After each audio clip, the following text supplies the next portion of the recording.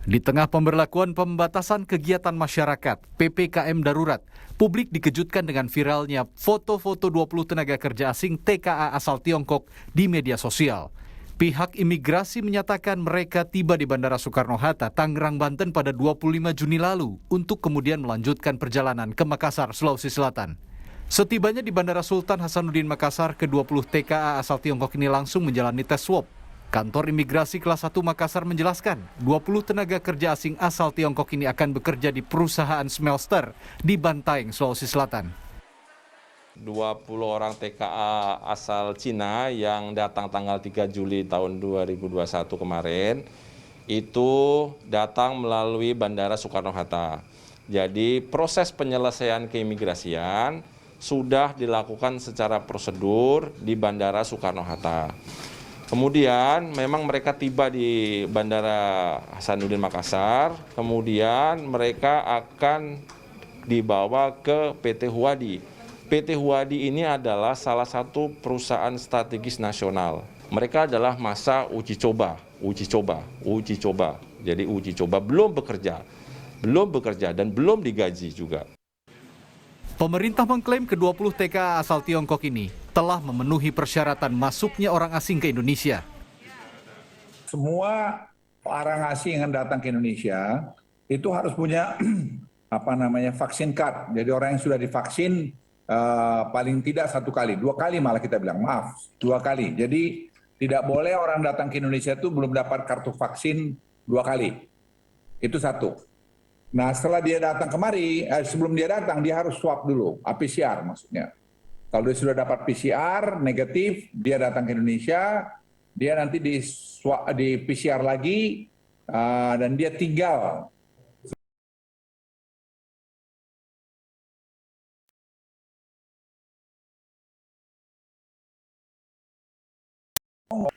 Ya enggak ngerti masalah jangan terlalu cepat ngomong, itu masalah. Jadi kita kan mesti memperlakukan sama dengan resiprokal. Dunia lain lakukan gitu, kita harus lakukan begitu. Nggak bisa dong bernegara itu lu mau, gua nggak mau, nggak bisa begitu.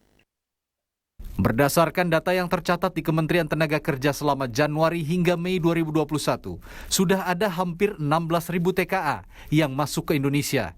8.700 diantaranya TKA asal Tiongkok.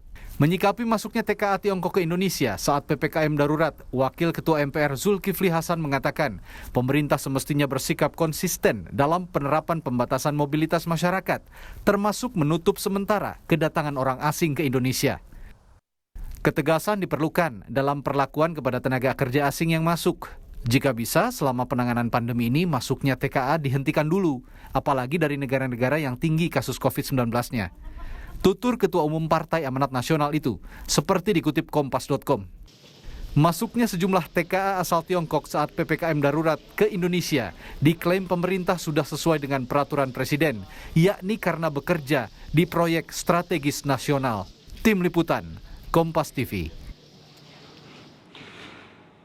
Saudara, pemerintah mengizinkan tenaga kerja asing dari Tiongkok untuk masuk ke Indonesia di tengah memburuknya lonjakan kasus positif dan kematian COVID-19. Kedatangan para TKA ini pun mendapat sorotan publik, terutama di masa PPKM. Apa pertimbangan pemerintah terkait hal ini di masa PPKM darurat?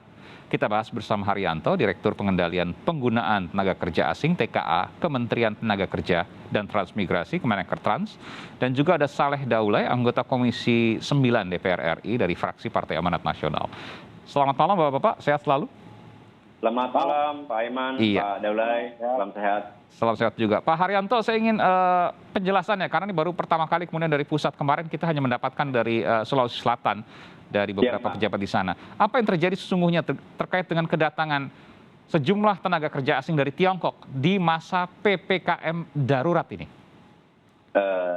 Ya Pak, selamat malam Pak Daulay. Begini, saya bicara dulu kebijakan penggunaan TKA di masa pandemi ini. Ya. Bahwa dalam konteks sekarang ini pemerintah menetapkan langkah PPKM darurat itu merupakan salah satu bentuk kebijakan yang non kompromi dalam hal penurunan angka kasus COVID-19. Nah, terkait dengan isu tenaga kerja asing, Kementerian Ketenagakerjaan mengacu pada kebijakan pemerintah yang telah ditetapkan, baik melalui surat edaran dari gugus tugas maupun dari KAI lain. Nah, dalam konteks itu, terkait dengan dikeluarkannya SE gugus tugas nomor 8, Kementerian Ketenagakerjaan telah menindaklanjutinya dengan mengeluarkan surat edaran Menteri nomor 3 tahun 2021 tentang pelayanan penggunaan tenaga kerja asing dalam upaya pencegahan masuknya coronavirus disease 2019 atau COVID-19, yang salah satunya memuat tentang penghentian sementara proses pelayanan penggunaan tenaga kerja asing untuk permohonan baru.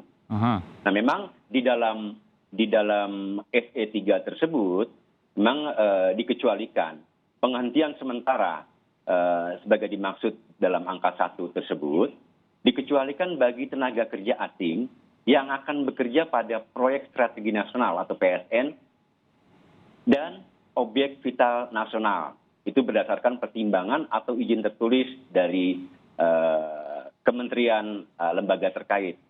Nah, konteks PSN bisa disampaikan bahwa kita mengacu kepada peraturan Presiden nomor 109 tahun 2020 tentang perubahan ketiga atas Perpres nomor 3 tahun 2016 tentang percepatan pelaksanaan. Ya, artinya begini Pak Haryanto, mohon maaf saya potong. Artinya bahwa ini sudah ditetapkan berdasarkan peraturan karena bagian dari proyek strategis nasional dan objek vital nasional yang tidak bisa ada kompromi, tetap harus datang, ya datang. Iya. Oke, saya ke Bung Saleh. Bung Saleh ada catatan soal ini? Jadi pertama, ini pemerintah kan melakukan satu kebijakan ya, mengeluarkan satu kebijakan yaitu pengetatan. Pengetatan apa itu? Yaitu PPKM darurat. Coba sekali lagi, PPKM darurat. Apa itu darurat? Darurat itu artinya kita sedang berada dalam situasi darurat. Kalau dalam situasi darurat berarti negara ini mestinya harus melindungi seluruh rakyatnya dalam konteks bagaimana mereka COVID-19. Nah, masalahnya itu kan di dalam itu di dalam penerapan PPKM darurat ini ada banyak larangan. Orang di dalam negeri nggak boleh dagang, mal-mal ditutup, bahkan rumah ibadah pun ditutup, ya nggak? Nah, tahu-tahu ini ada orang asing datang ke Indonesia.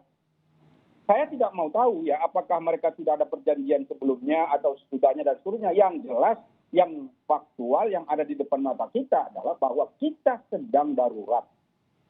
Karena itu yang diutamakan itu adalah keselamatan warga negara kita. Oke. Saya mau tanya dulu Bung Saleh. Kalau soal keselamatan tadi disampaikan juga sudah PCR 2 kali. Pertama dari sebelum kedatangan. Yang kedua isolasi ya di lokasi di Sulawesi Selatan 8 hari. Setelah isolasi ada PCR lagi. Apakah itu kemudian cukup untuk keselamatan?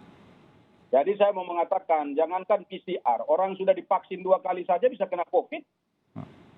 Ya, orang yang sudah divaksin, yang vaksin itu tujuannya adalah meningkatkan imunitas, itu bisa kena COVID. Dan itu pemerintah selalu bicara kok. Vaksin itu bukanlah cara bagaimana agar kita menghindari bahwa kita tidak akan terpapar COVID lagi. Iya, PCR-nya gimana, Bung Saleh?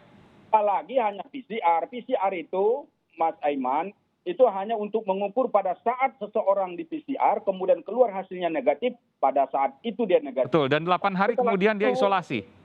Setelah itu bisa saja dia kena lagi. Dan itu sudah orang tahu. Jadi begini, ini Pak Haryanto jangan tertawa Pak.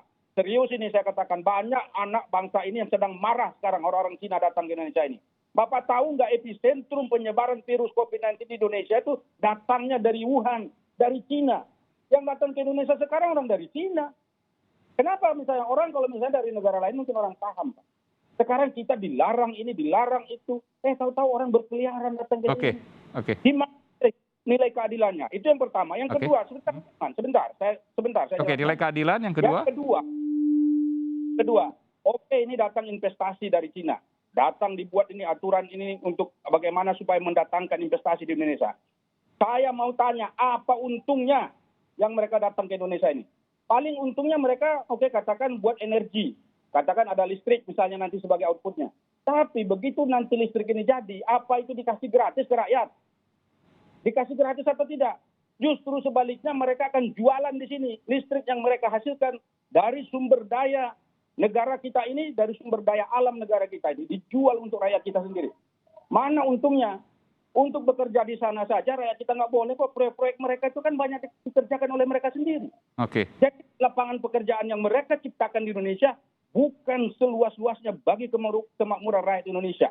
Bahkan justru bagi kemakmuran rakyat mereka. Jadi kalau boleh saya simpulkan, yang pertama adalah soal rasa keadilan, yang kedua soal manfaat yang bisa diberikan pasca kedatangan mereka. Saya akan minta nanti Pak Haryanto untuk menjawab ini. Sesaat lagi, saudara, tetaplah bersama kami di Sapa Indonesia Malam.